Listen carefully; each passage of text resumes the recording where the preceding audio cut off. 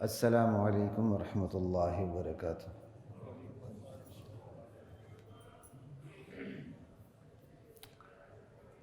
بسم اللہ والحمد للہ والصلاة والسلام علی رسول اللہ، اما بعد فاعوذ باللہ من الشیطان الرجیم، بسم اللہ الرحمن الرحیم۔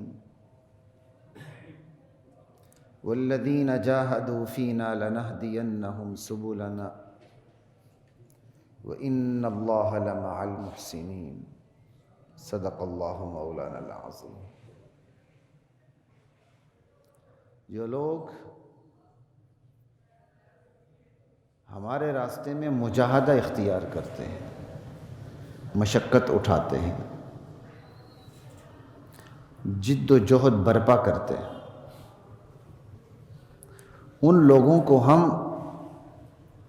اپنے تک پہنچنے کے راستے دکھا دیتے ہیں، راستہ نہیں راستے دکھا دیتے ہیں۔ وَإِنَّ اللَّهَ لَمَعَ الْمُحْسِنِينَ، اور یقین جانو اللہ کی فیور، اللہ کی حمایت، اللہ کی ہمراہی نیکوکاروں کے ساتھ ہوتی ہے۔ یہ اللہ کا وعدہ ہے۔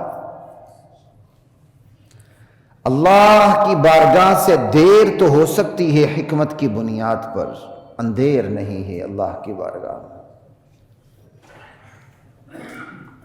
گزشتہ جمعے گزشتہ نشست میں ہم نے بات کی تھی گمراہی کے اسباب اور اس کے درجات پہ۔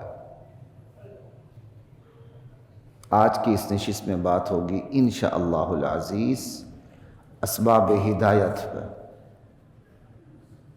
ہدایت کے اسباب کیا ہیں، اس کے سٹیپس کیا ہیں، اس کے درجات کیا ہیں، جنہیں گریجولی بندہ طے کرتے کرتے کرتے ایک ایسے مرحلے میں پہنچ جاتا ہے جہاں اللہ اس کے دل کو تھام لیتے ہیں اور پھر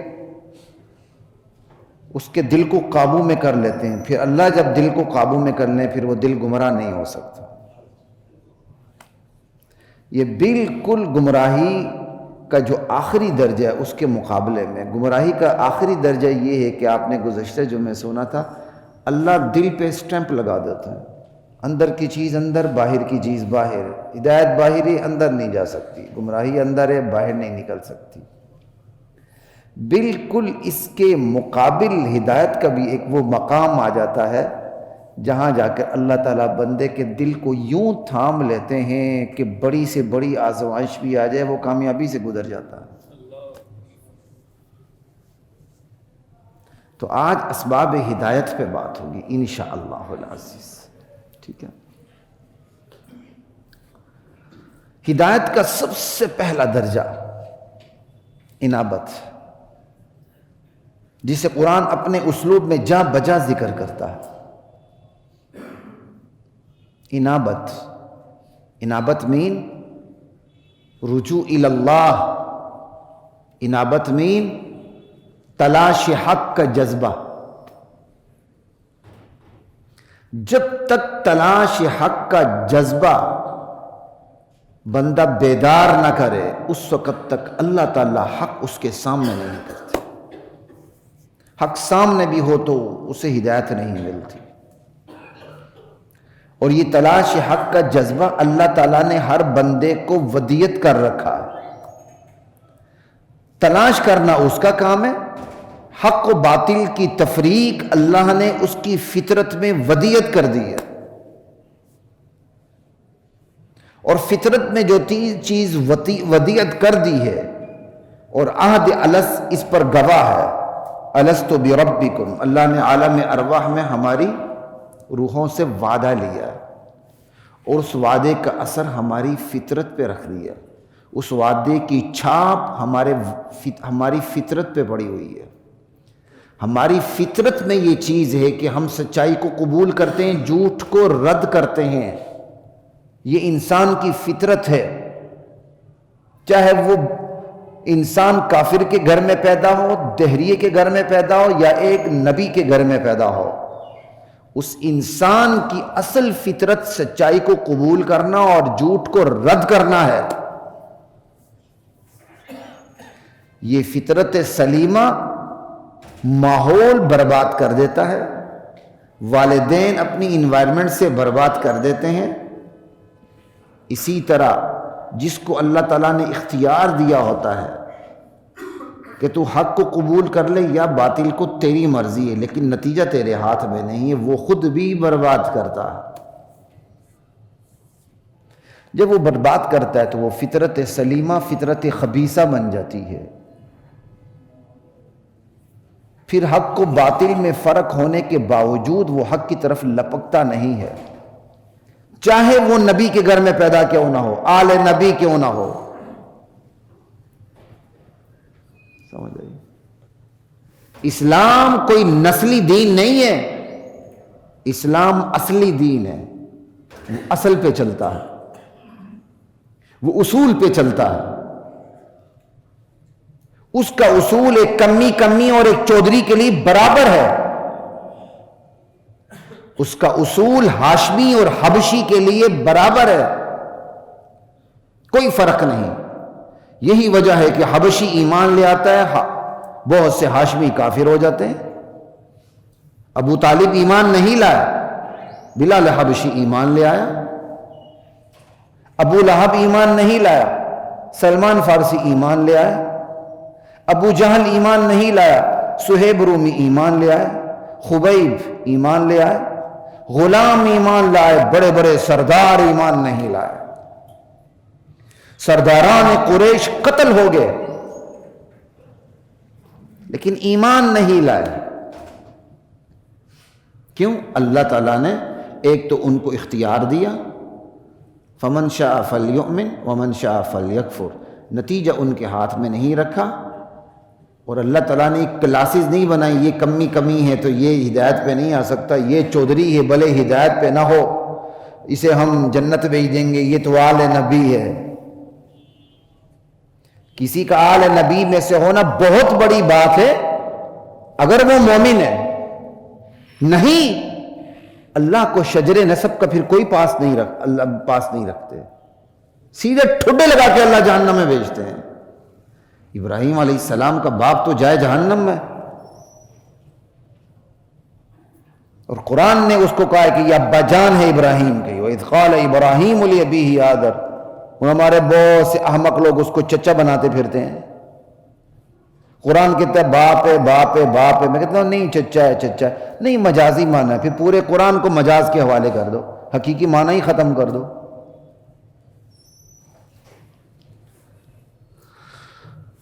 اللہ اکبر، لا الہ الا اللہ۔ اسلام نسلی دین نہیں ہے کہ نسل در نسل چلے، اصلی دین ہے، وہ اصل پہ چلتا ہے، اصل در اصل چلتا۔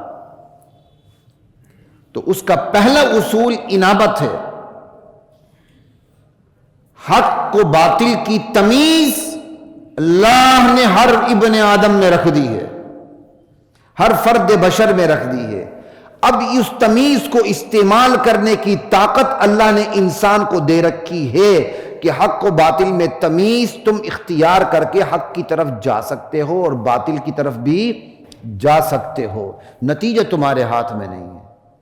نتیجہ کیا ہوگا وہ بھی پہلے ہی بتا دیا ہے کہ نتیجہ یوں اس کا ریزلٹ آؤٹ ہوگا اور پھر اس کا یوں ریزلٹ آئے گا سامنے۔ یہی تو امتحان ہے۔ اللہ اکبر، لا الہ الا اللہ۔ والدین کل مولود یولد علی فطرت الاسلام، ہر بندہ فطرت سلیمہ پہ، فطرت اسلام پہ پیدا ہوتا ہے۔ فابواہ یہودانی او ینصرانی او یمجسانی، صدق رسول اللہ صلی اللہ علیہ وسلم۔ والدین اس کو مجوسی یا نصرانی یا عیسائی کچھ بھی اس کو یہودی بنا دیتے ہیں۔ یہ ہے حدیث کا مضمون۔ آج میرے سمیت ہر بندہ سوچ لے اس نے اپنی اولاد کو کون سا ماحول دے رکھا ہے۔ 10 سال بعد والدین کہتے ہیں کیا کریں، اولاد نافرمان ہو چکی ہے۔ کچھ سوچا بھی ہے کہ وہ اولاد جوان ہونے کے بعد اگر نافرمان ہو چکی ہے تو بچپن میں آپ نے ماحول کیا دیا تھا ان کو؟ سب سے پہلے آپ ان کے لیے ماں کیسی لائے تھے؟ سب سے پہلی بات تو یہ ہے، اپنی اولاد کے لیے آپ نے کس ماں کا انتخاب کیا تھا؟ وہ کوئی آیا تو نہیں تھی کہ آپ بدلتے پھریں اس کو. آپ کہتے ہیں میرے گاڑی کی چاروں پہیے درست ہونے چاہیے، میں نے موٹر وے پہ سفر کرنا. آپ نے زندگی کا سفر کر کے جنت یا جہنم جانا ہے، اللہ جنت ہی لے جائے، تو اس میں گاڑی کے دونوں پہیوں کا کوئی خیال نہیں. چلیں آپ کے 3-4 پہیے نہ ہو، 2 تو پہیے ہوتے ہیں نا دونوں، یہاں کوئی خیال نہیں کہ میرا دوسرا پہیا جس کو آپ بیٹر ہاف کہہ دیتے ہیں، حالانکہ بیٹر ہاف تو میاں ہوتا ہے درجہ بندی میں، اگر اس کے لٹرل میننگ کو دیکھ لیں درجہ بندی میں، وگرنہ تقویٰ میں تو وہ بھی آگے نہیں کر سکتی عورت مرد سے. عورت بہت متقی ہوتی ہے، مرد پرلے درجے کا بے نمازی ہوتا ہے. مرد بہت متقی ہوتا ہے، عورت پرلے درجے کی بے نمازی ہوتی ہے. عمر گزر گئی ہوتی ہے، اسے ساری چغلیاں آتی نہیں آتی تو نماز نہیں آتی اس کو.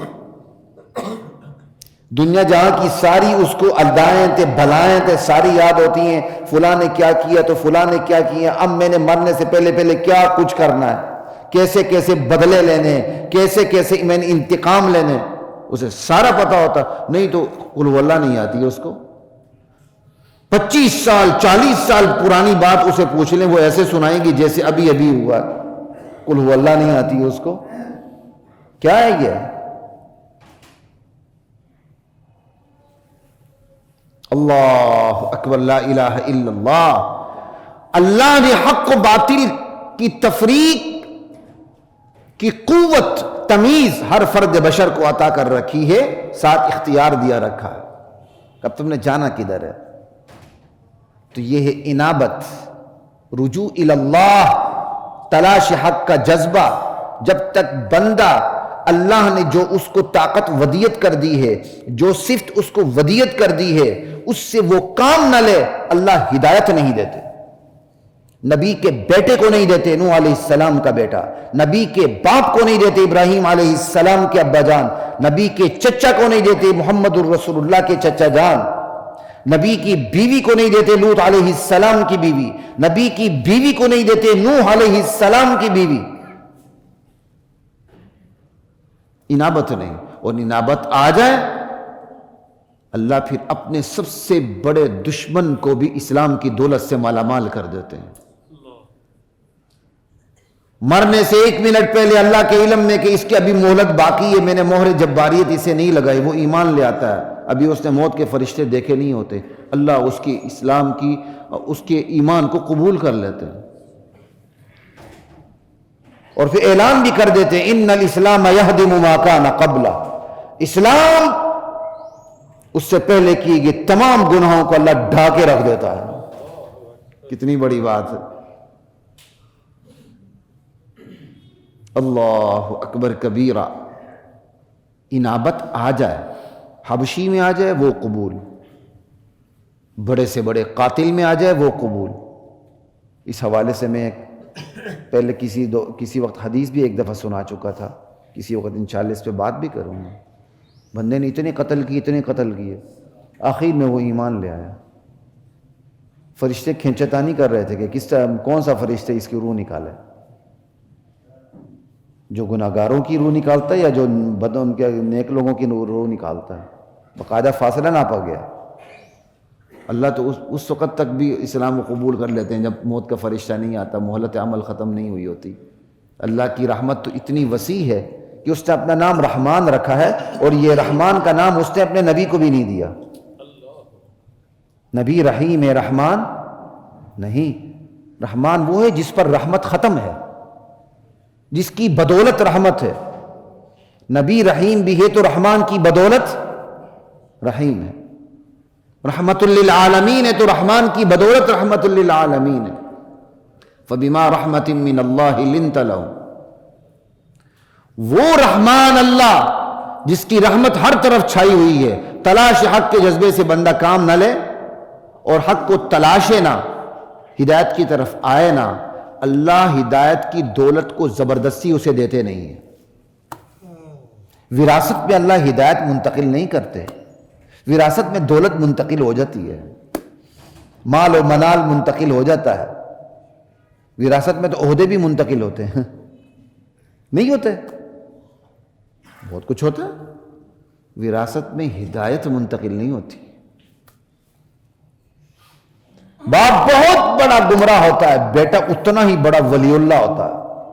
باپ بہت بڑا ولی اللہ ہوتا ہے، بیٹا مد مقابل اتنا ہی بڑا گمراہ ہوتا ہے. نوح علیہ السلام نبی، مد مقابل بیٹا مشرک.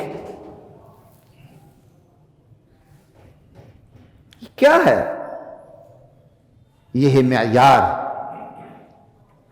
اللہ کے ہاں. یہ کمی چودھریوں کی یہ کوئی کیا کہتے ہیں یہ کلاسز نہیں ہیں. ان اکرمکم عند اللہ اتقاکم. اللہ کے ہاں کلاس معیار تقوی ہے.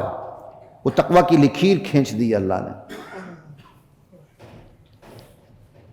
تو اللہ تعالیٰ نے اپنی عبادت کے لیے مسجد بھی ایسی بنائی، جو پہلے آ جاتا ہے وہ پہلی صف میں آ جاتا ہے،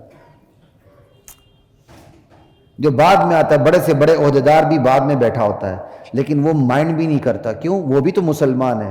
اس کی فطرت میں بھی یہ چیز لکھی ہوئی، جو مجھ سے پہلے آئے وہ مجھ سے پہلے بیٹھے ہوئے ہیں.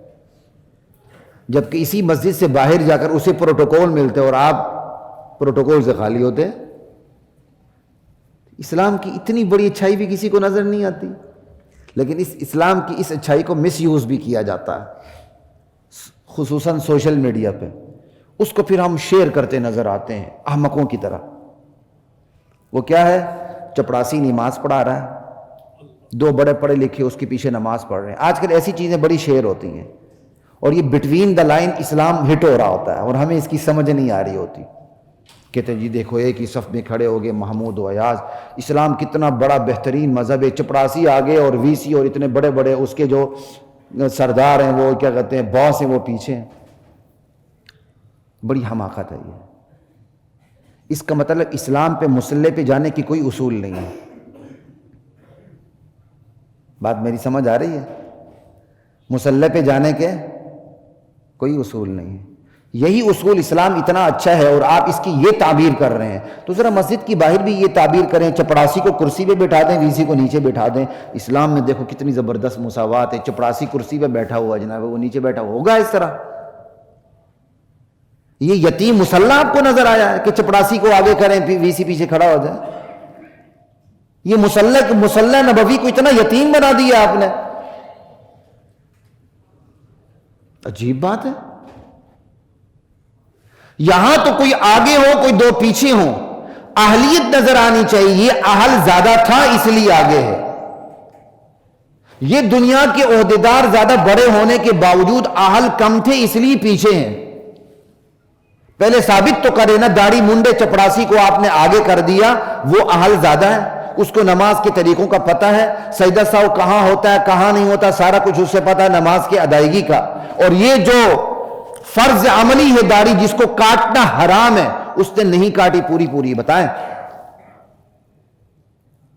یہاں کو کوئی اصول نظر نہیں آتے. چپڑاسی کو آگے کرنے کے بعد کہتے ہیں دیکھو اسلام کتنا بہترین مذہب ہے.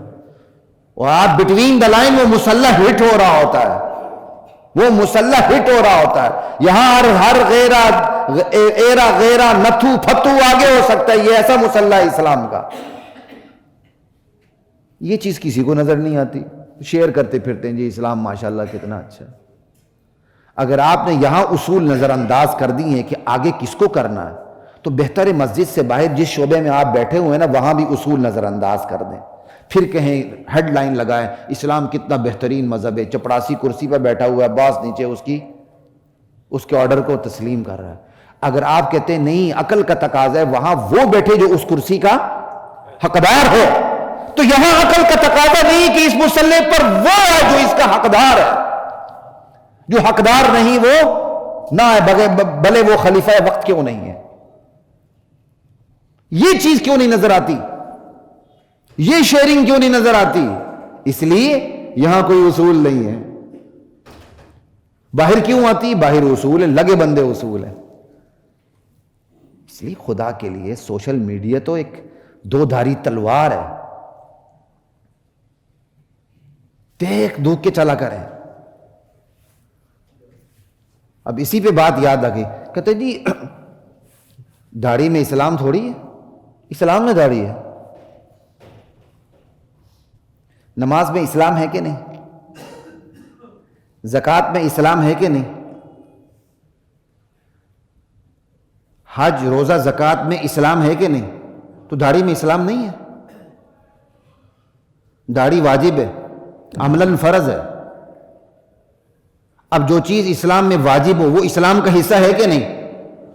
تو داڑھی میں اسلام نہیں، یہ کتنا بدنما اور بدترین جملہ۔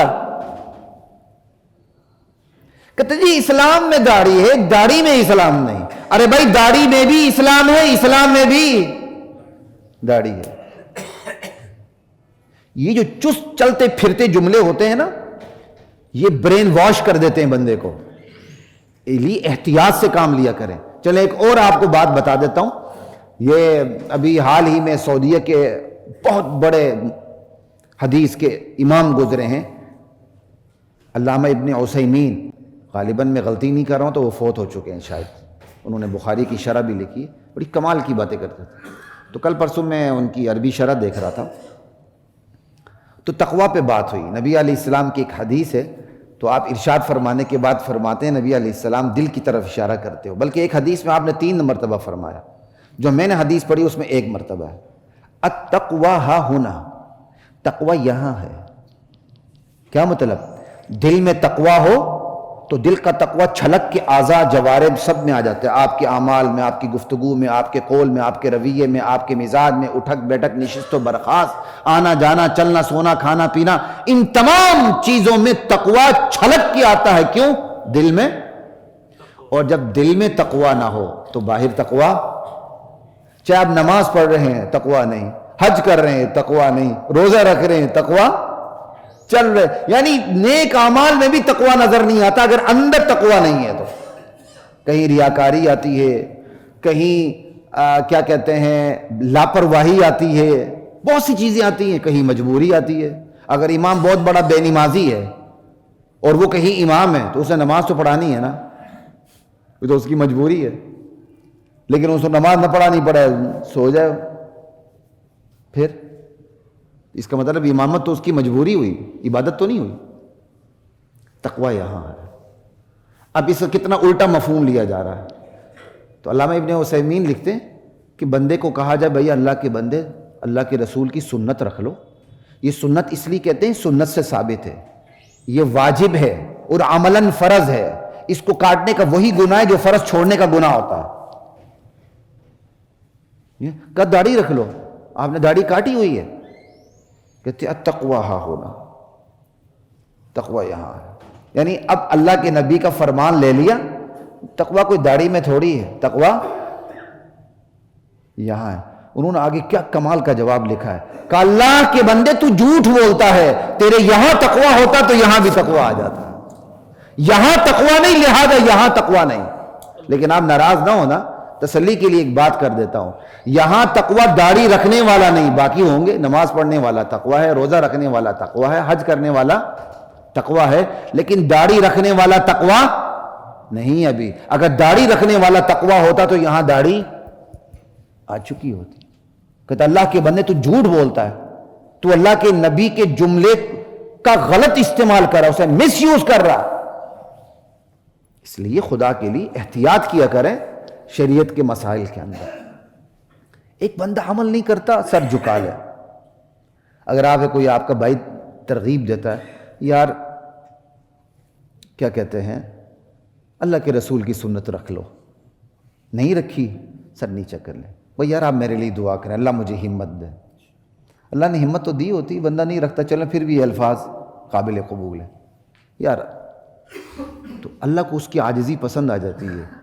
ایک دن وہ آتا ہے اسے احساس بھی نہیں ہوتا، یار میری اتنی زندگی اللہ کے رسول کی سنت کے بغیر گزری، پتہ نہیں کیسے گزری، رکھ لیتا ہے۔ پھر وہ بیوی کے تانوں کی بھی پرواہ نہیں کرتا، بیوی کے داڑھی چبھ رہی ہے، اسے کو تھوڑے دن صبر کرو انشاءاللہ ریشم سے زیادہ نرم ہو گئی ہے، سمجھ آئی؟ لا الہ الا اللہ واللہ اکبر، تو اللہ سے مانگے، لیکن ایک گناہ سرزد ہو تو عذر گناہ بدتر از گناہ، گناہ کا عذر گناہ سے، گناہ پر دلیل گناہ سے بدترین ہے، بندہ پھر اس گناہ پہ اڑ جاتا ہے۔ کہ یار بد نظری نہ کرو، کہتا نہیں پہلی نظر تو معاف ہے نا، وہ ایسے ہی کر کے دیکھ رہا ہوتا ہے، کہتا پہلی نظر معاف ہے، آنکھ جھپکے بھی نا۔ کیا عجیب مطلب ہے بھائی، یہ کہاں سے آپ نے بات لے لی کہ پہلی نظر معاف ہے؟ اللہ بھائی وہ تو کیا کہتے ہیں سہون پڑ گئی، غلطی سے پڑ گئی، اچانک نظر پڑ گئی تو آپ نے نظر پھیل لی، نظر ادھر کر لی، بس ٹھیک ہے تو پہلی نظر معاف ہے، ورنہ جنابلی 14 طبق روشن کر کے دیکھے اس طرح، بات ہی غلط ہے۔ تو ایسا نہ کیا کریں، یہ تلاش حق کے جذبے سے متصادم چیزیں ہیں، اور جب بندہ ان متصادم چیزوں پہ آتا ہے اللہ ہدایت کو قریب نہیں آنے دیتے۔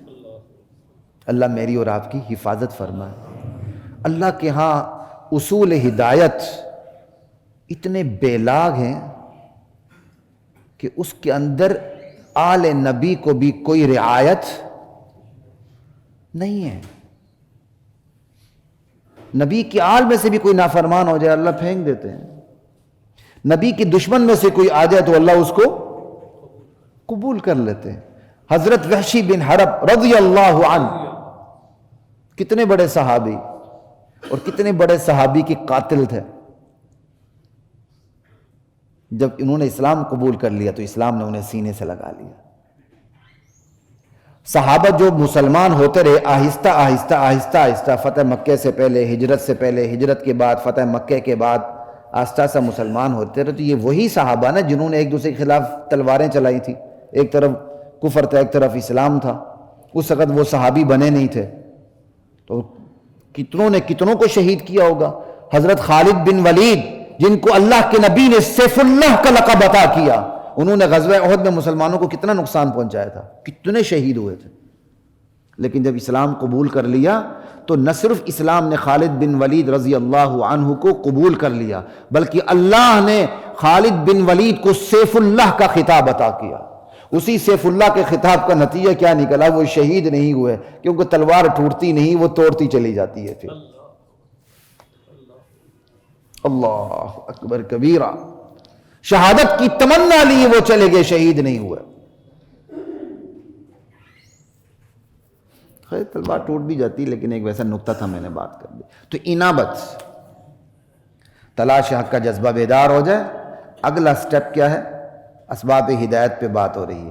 اللہ ہدایت کے دروازے کھول دیتے ہیں، ہدایت کی مواقع کھول دیتے ہیں۔ یہ بالکل ایسا ہی ہے، بندہ حلال کمانے کی کوشش شروع کر دے، ممکن ہے اول عمل امتحانات آ جائیں، لیکن اگر بندہ ثابت قدمی کا مظاہرہ کرے تو پھر حلال کمائی کے دروازے کھل جاتے ہیں، پھر اپرچونٹیز آ جاتی ہیں، پھر بندہ پشمان ہوتا ہے، ہائے کاش 10 سال پہلے میں حلال کمائی کی نیت کر لیتا، آج تو میرا مکان بھی حرام کا، آج تو میرا پلاٹ بھی حرام کا، آج تو میری کوٹھی بھی حرام کی، آج تو میری اولاد جوان ہو گئی میری حرام کمائی پہ پل کے، ہائے کاش 20 سال پہلے میں حلال کمائی کی نیت کر لیتا۔ آج نیت کی تو دروازے کھل گئے، کل نیت کرتا تو دروازے کھل چکے ہوتے اس سے پہلے۔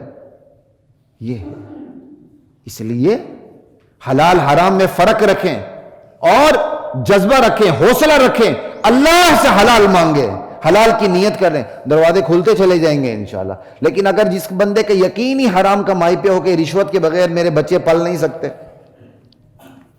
حلال کمائی کے بغیر پل نہیں سکتے، 2 نمبر مال نہیں بیچوں گا تو گھر کیا دیہڑی لے کے جاؤں گا،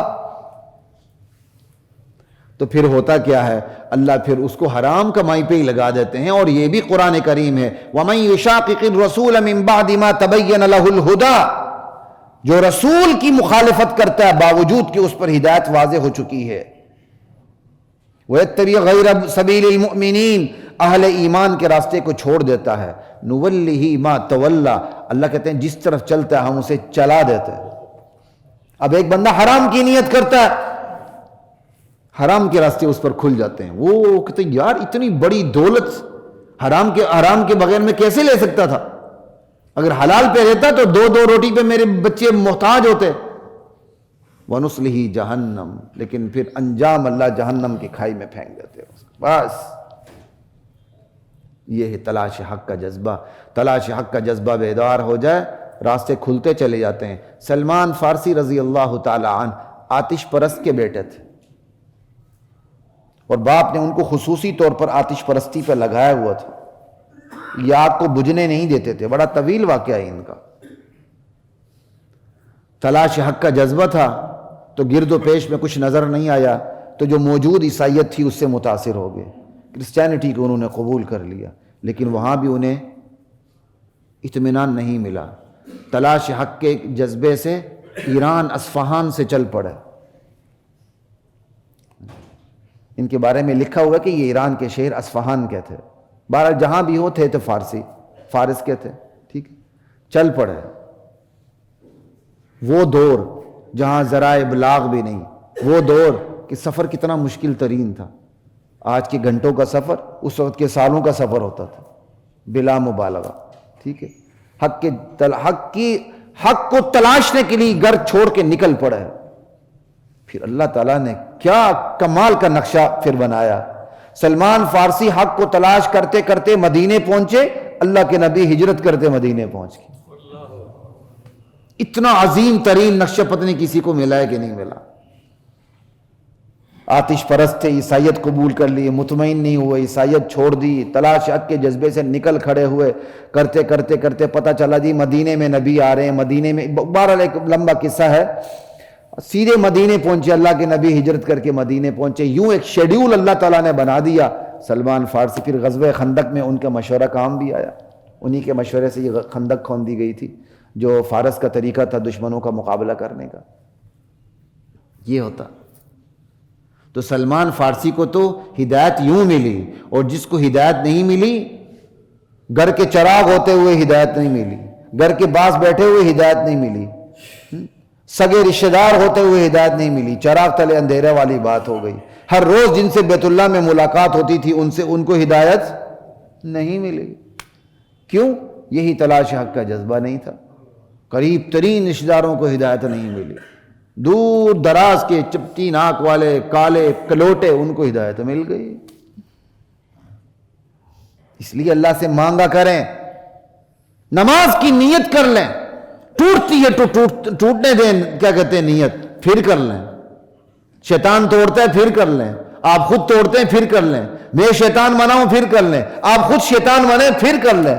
ارے بھائی نیت توڑتے ہوئے شرم نہیں آتی تو نیت کو دوبارہ جوڑتے ہوئے کیوں شرم آنی چاہیے؟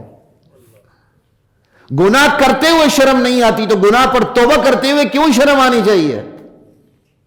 100 بار توبہ شکستی بازا، 100 بار بھی اگر توبہ ٹوٹ جائے ہمت نہ ہارنا، پھر بھی باز آ جانا۔ اللہ کی رحمت کے دروازے پھر بھی کھلے ہوتے ہیں، پھر بھی کھلے ہوتے ہیں۔ یہاں بہت سے لوگ اس لیے ہمت ہار جاتے ہیں، کہتے یار نماز شروع کر دی چھوٹ گئی، حلال شروع کر دیا چھوٹ گیا، بد نظری ختم کر دی پھر شروع ہو گئی۔ نہیں بھائی، 100 بار بھی ٹوٹے کوئی فرق نہیں پڑتا، یہ تو نہیں کہوں گا، لیکن ایک طرف اگر ایک چیز ٹوٹتی ہے تو دوسری طرف جوڑتے رہیں۔ اللہ کو یہی ادا پسند آ جائے گی کہ یہ دیکھو میرا بندہ روز کیا کہتے ہیں نیت کر لیتا ہے، روز توڑ لیتا ہے، روز ارادہ کرتا ہے، روز توڑ لیتا ہے، چلو اس کی نیت پکی کر دیتے ہیں آج کے بعد۔ بدترین باس بھی ہو اور اس کا جو ماتحت ہے وہ بار بار اس کے سامنے عاجزی دکھائے تو کبھی اس کو ترس آ ہی جاتا ہے۔ تو اللہ سے بہترین کون ہو سکتا ہے؟ جو ملجا ہے، ماوا ہے، رب العالمین ہے، سب کچھ اس پر ختم ہے۔ ہم اس کے در پہ دستک دے رہے ہیں، وہ دروازہ نہیں کھولے گا؟ کھولے گا، ضرور کھولے گا، یہ اس کا وعدہ ہے۔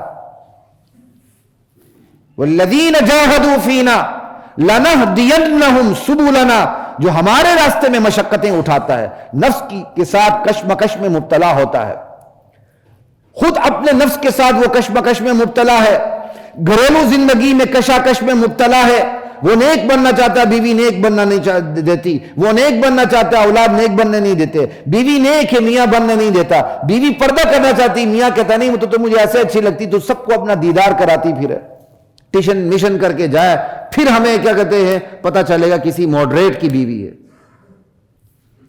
تو کبھی میاں کی بیوی کے ساتھ کشمکش ہوتی، کبھی بیوی کی میاں کے ساتھ کشمکش ہوتی ہے، اولاد کی والدین کے ساتھ کشمکش، والدین کی اولاد کے ساتھ کشمکش، خود معاشرے کے اندر گناہ اور نیکی کی باہم کشمکش، اداروں کے اندر باہم کشمکش۔ اس تمام کشمکش کے اندر اگر ہماری نظر مطمع نظر دین ہے، اللہ راضی ہو جائے، اصول پہ میں مر جاؤں لیکن اصول سے میں نے دستبردار نہیں ہوگا، تو اللہ اس کے لیے وعدہ کرتے ہیں لَنَهْدِيَنَّهُمْ سُبُلَنَا، ہم اپنے راستے دکھلا کے رہیں گے اسے۔ حالانکہ اللہ نے یہ نہیں کہا جو بندہ بالیقین ایسا کرے گا کہ وَالَّذِينَ جَاهَدُوا فِينَا، جو بھی کوشش کرے چاہے اتنی سی کوشش ہو، اس پر وعدہ کتنا بڑا ہے، لام بھی تاکید کا، نون بھی تاکید کا، وہ بھی خفیفہ نہیں ثقیلہ، لَنَهْدِيَنَّهُمْ، اگر کسی کو تھوڑی سی گرامر کا پتہ ہے، البتہ ضرور بالضرور ہم اپنے راستے دکھا دیں گے۔ راستہ نہیں، یہاں راستے کہا، راستے کا مطلب یہی ہے اللہ تو ہے، اللہ کا نور تو ایک ہی ہے، لیکن اس تک پہنچنے کے راستے کئی ہو سکتے ہیں۔ آپ کس راستے سے جا رہے ہیں؟ دعوت و تبلیغ کے راستے سے، تصوف کے راستے سے، جہاد کے راستے سے، اعمال کے راستے سے، نظریات پر پختگی کے حوالے سے، دعوت کے حوالے سے، اصول پر کیا کہتے ہیں قربانی دینے کے حوالے سے، مختلف راستے ہوتے ہیں نا۔ میرے سمیت ہر بندے کی اپنی زندگی میں اس کا اپنا دائرہ عمل ہے، وہ دائرہ عمل اس کا راستہ ہے اللہ تک پہنچنے کا، وہی دائرہ عمل اس کا راستہ ہے شیطان تک پہنچنے کا۔ اب وہ کون سا راستہ اختیار کرتا ہے یہ اس پر ہے، اس لیے سبلنا جمع کا لفظ ہے، سبیل نہیں سبل کہا، سبل سبیل کی جمع ہے۔ تو جب بندہ کشاکش کشمکش میں مبتلا ہوتا ہے، اس کی نفس کے ساتھ کشتی ہو رہی ہوتی ہے، گھریلو زندگی میں، گھریلو ماحول میں، معاشرے میں، سیاست میں، ریاست میں، لیکن اس کا مطمع نظر یہ ہے کہ میں نے اللہ تک پہنچنا ہے۔ اللہ وعدہ کرتے ہیں لَنَهْدِيَنَّهُمْ سُبُلَنَا، میں اپنے تک پہنچنے کے سارے راستے اس پر آسان کرتے چلے جاؤں گا۔ مجھ تک پہنچنے کا میرے بندے یہ پتہ ہے، یہ پتہ ہے، یہ پتہ ہے، یہ پتہ ہے، یہ پتہ ہے، یہ دروازہ بن یہاں سے آؤ، یہ دروازہ بن یہاں سے آؤ، اپنے تک پہنچا کے رہوں گا۔ کیوں؟ وَإِنَّ اللَّهَ لَمَعَ الْمُحْسِنِينَ، اللہ کی فیور، اللہ کی حمایت، اللہ کی ہمراہی نیکوکاروں کے ساتھ ہوتی ہے بس، اور کسی کے ساتھ نہیں ہوتی۔ نعم المولا و نعم النصیر، کیا خوب مولا ہے، کیا خوب وہ مددگار ہے، وہ شر میں خیر پیدا کر دیتا۔ یہ ہے، اس لیے یہ ہدایت کا سب سے پہلی سیڑھی ہے، اس پر اس لیے میں نے پوری نشست اس پہ لگا دی۔ یہ نہیں تو آگے کچھ بھی نہیں۔ مسلمان ہیں پھر بھی ہدایت کے راستے موجود ہیں۔ کیا مسلمان بے عمل نہیں ہوتا؟ ہماری بے عملی کی انتہا ہے۔ میں بھی اسی معاشرے کے ایک فرد ہوں، پتہ نہیں میں کتنا بڑا بے عمل ہوں، اللہ تعالیٰ نے پردے رکھے ہوئے ہیں۔ آپ کتنے نیکوکار ہیں، آپ کی نیکیوں کا وہ سب پتہ نہیں لوگوں کو۔ لا الہ الا اللہ۔ اس لیے سارا فوکس میں نے اس میں پہلے سبب پہ کیا، باقی میں ذکر کر دوں گا۔ یہ نہیں کہ مسلمان ہو گئے تو بس انابت مکمل ہو گئی، جی بس اب تو ہدایت مل گئی، پکے تھکے جنتی جانا ہی جانا۔ وہ اللہ کے بندے، ایمان ہوتے ہوئے ہم بے ایمان ہوتے ہیں، بے عمل ہوتے ہیں، بد عمل ہوتے ہیں، بد کردار ہوتے ہیں۔ ساری وہ چیزیں جو جاہلی معاشرے کے اندر تھی وہ ہمارے معاشرے میں موجود ہوتے ہیں۔ دیکھیں وہ ساری چیزیں موجود ہوتی ہیں۔ فرد کی زندگی کو لے لیں، اس کی گھریلو زندگی کو لے لیں، اس کی معاشرتی زندگی کو لے لیں، اس کی سیاسی اور ریاستی زندگی کو لے لیں، ہم گند سے اٹے ہوئے ہیں، ہم سے سرانڈ آتی ہے، تعفن بدبو آتی ہے ہم سے۔ ان تمام چیزوں کا رخ درست کرنے کی ضرورت ہے۔ ان تمام چیزوں میں اپنا رخ، اپنا قبلہ درست کرنے کی ضرورت ہے۔ جب درست کرنے کی کوشش شروع کر دیں گے، اوپر سے اس کی مدد شروع ہو جائے گی۔ لیکن اگر ہم نے کوشش ہی حرام میں کرنی ہے تو پھر اس نے حرام کے ہی دروازے کھولنے، حلال کے دروازے کبھی نہیں کھولے گا۔ اسے صاف کہہ دیا ہے، جو حلال کی نیت حلال، جو حرام کی نیت حرام، اور جو جیسی نیت ویسی نیت۔ آپ نے چھوٹی سی نیت کی پھر آپ چھوٹے ہی لیول پہ رکھیں گے۔ میرے قریبی عزیز تھے، بہت بڑے عہدے پہ رہے، پھر فوت ہو گئے۔ میرے والد صاحب کے ہم عمر تھے، ان سے بہت پہلے فوت ہو گئے۔ اللہ تمام مرحومین کو کہ جنت کے مراحل آسان فرمائے آخرت کے۔ تو انہوں نے ایک دفعہ والد صاحب کو کہا، مجھے جنت میں اور کچھ نہیں چاہیے، مجھے چوکیدار ہی بنا دیں۔ تو والد صاحب کبھی ہنس کے ذکر کیا کرتے۔ تو اسی پہ میں بھی آپ کو بات کر رہا ہوں، یعنی دنیا میں تو آپ چاہتے ہیں بڑے سے بڑے عہدے پہ جائیں، وہاں بھی دل بھرتا نہیں ہے، اور دین کے معاملے میں چوکیدار ہی بننا۔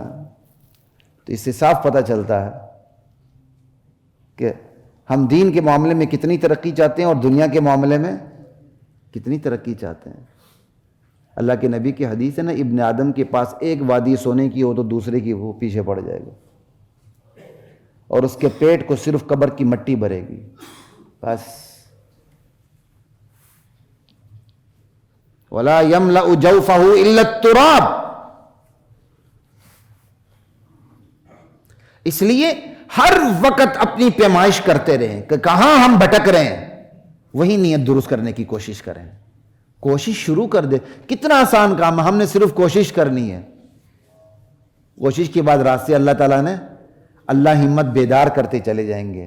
ہم ایک بالش، اللہ ایک ہاتھ، ہم ایک ہاتھ، اللہ دو ہاتھ، ہم چل کے آئیں گے، اللہ دوڑ کے آئیں گے. او کما قال علیہ الصلاۃ والسلام. مضمون آپ کے سامنے رکھ رہا ہوں. کوشش تو شروع کر دے. اگر بندہ خود ہی بے ہمت ہو جائے تو پھر تو کچھ بھی نہیں بچتا. جس نے کوشش نہیں کی آل نبی ہوتے ہوئے پیچھے رہ گیا، جس نے کوشش کی کچھ نہ ہوتے ہوئے سب سے آگے نکل گیا. یہ تو اصول ہدایت ہے.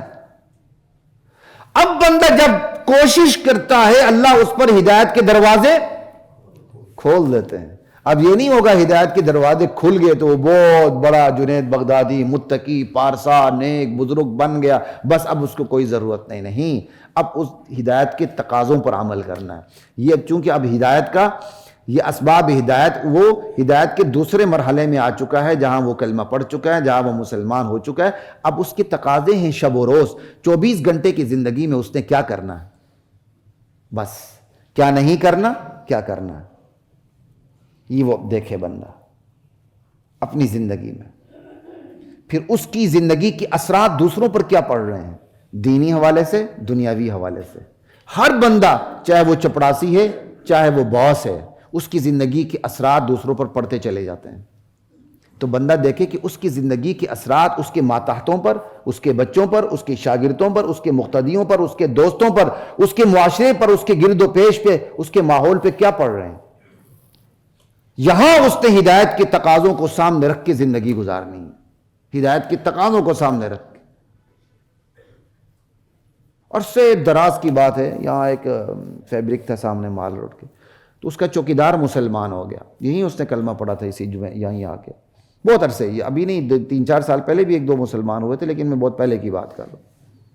میں نے ان کے جو باس تھے ان کو میں نے کہا یار آپ کوشش کریں اس کو آپ تبلیغ میں بھیج دیں، کہیں بھیج دیں تاکہ یہ ہدایت کے ماحول میں رہیں، ورنہ ریورس گیئر لگے گا تو اس کا سب بہت بڑا نقصان ہوگا. وہ مسلمان ہوا، اس کے گھر والے پیچھے پڑ گئے، وہ ہمت ہار گیا اور وہ اس کو ریورس گیئر لگ گیا، دوبارہ وہ کرسچینٹی کی طرف چلا گیا اور اسی میں اس کی موت واقع ہو گئی. اب پہلے اتنا بڑا کافر نہیں تھا، جب اتنا بڑا کافر بن گیا تو وہ مرتد ہو گیا، اور مرتد کی سزا عام کافر سے بہت زیادہ. ماحول ہدایت پہ آ جائیں، ہدایت کی تقاضوں پر عمل کریں. اگر ہدایت کی تقاضوں پر عمل نہ ہو ریورس گیئر لگ جاتا ہے. بتانے کا مقصد یہ ہے بندہ ہدایت کے تقاضوں پر عمل نہ کرے، آگے جانے کے بجائے الٹی چال شروع ہو جاتی ہے. اور ایسا ہوتا ہے، بہت سے لوگ آپ دیکھیں اپنے وقت میں نیک ہوتے ہیں، پلٹا کھا کر وہ دین کو ہی چھوڑ دیتے ہیں. یہاں پڑھتے پڑھتے باہر پڑھنے چلے گئے، دوست ایسے مل گئے، ایسا پلٹا کھائے کہ ایتھیسٹ ہو گئے، دین کو ہی فارغ کر بیٹھے.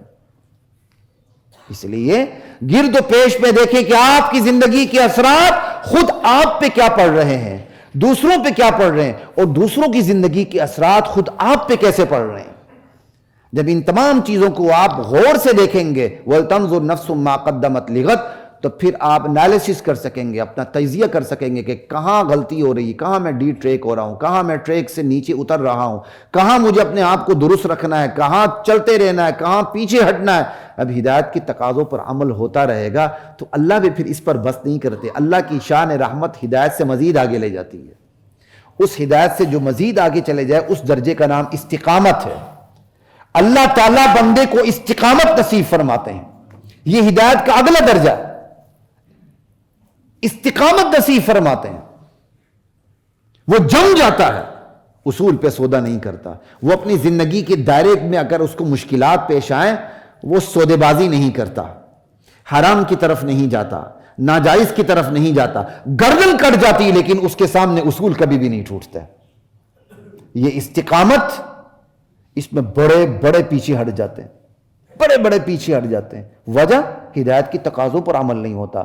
اللہ استقامت کی نعمت اسے دیتے ہیں جو ہدایت کی تقاضوں پر عمل کرے. آپ نہیں دیکھتے بہت سے لوگ باہر کی کیا کہتے ہیں شہریت لینے کے لیے یہاں اپنے آپ کو کافر ڈکلیئر کر دیتے ہیں. لکھ دیتے ہیں، ان کو آسانی سے باہر کا پاسپورٹ باہر کا ویزا مل جاتا. یہ کیا ہو گیا؟ استقامت کا مظاہرہ نہیں کیا اور لکھ دیا، گیا بندہ. وہ نہ کرے، گیا بندہ. بھائی مذاق کا کفر بھی کفر ہے.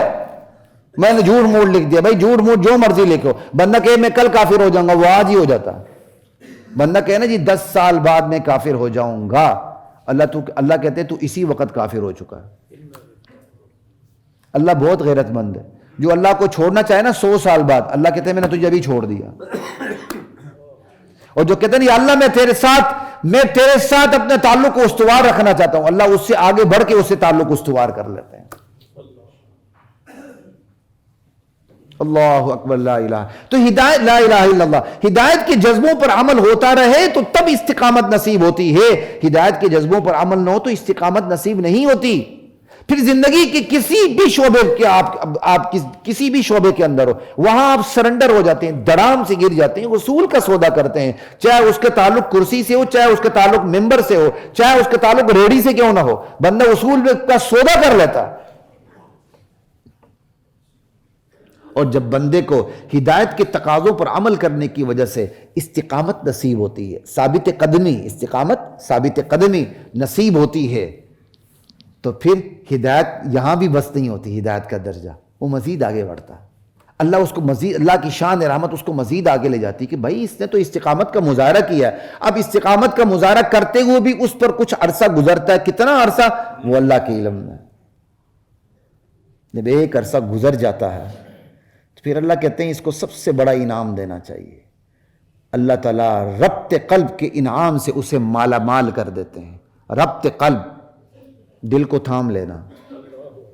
جس طرح گمراہی کا آخری درجہ دل کو پر سٹیمپ لگانا ہے کہ اندر کی گمراہی نکل نہیں سکتی، باہر کی ہدایت اندر نہیں جا سکتی، اس کے بالکل مد مقابل جو درجہ ہے ہدایت کا وہ ربط قلب ہے.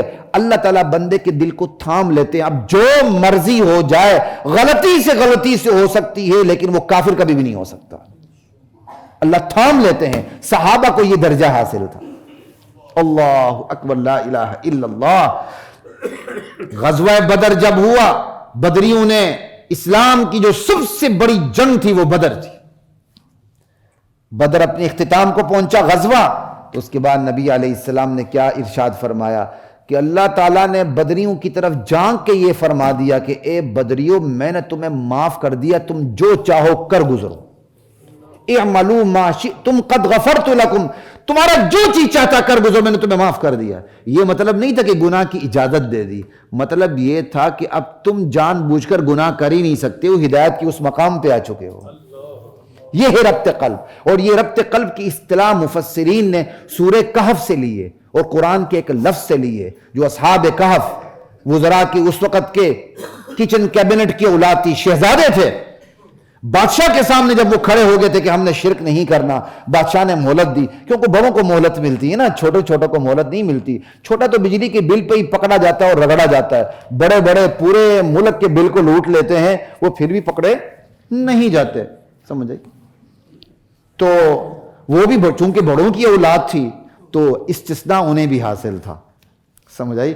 انہیں بھی اتنا استثناء حاصل ہو گیا کہ بادشاہ نے فوراً جلاد بن کے قتل نہیں کیا.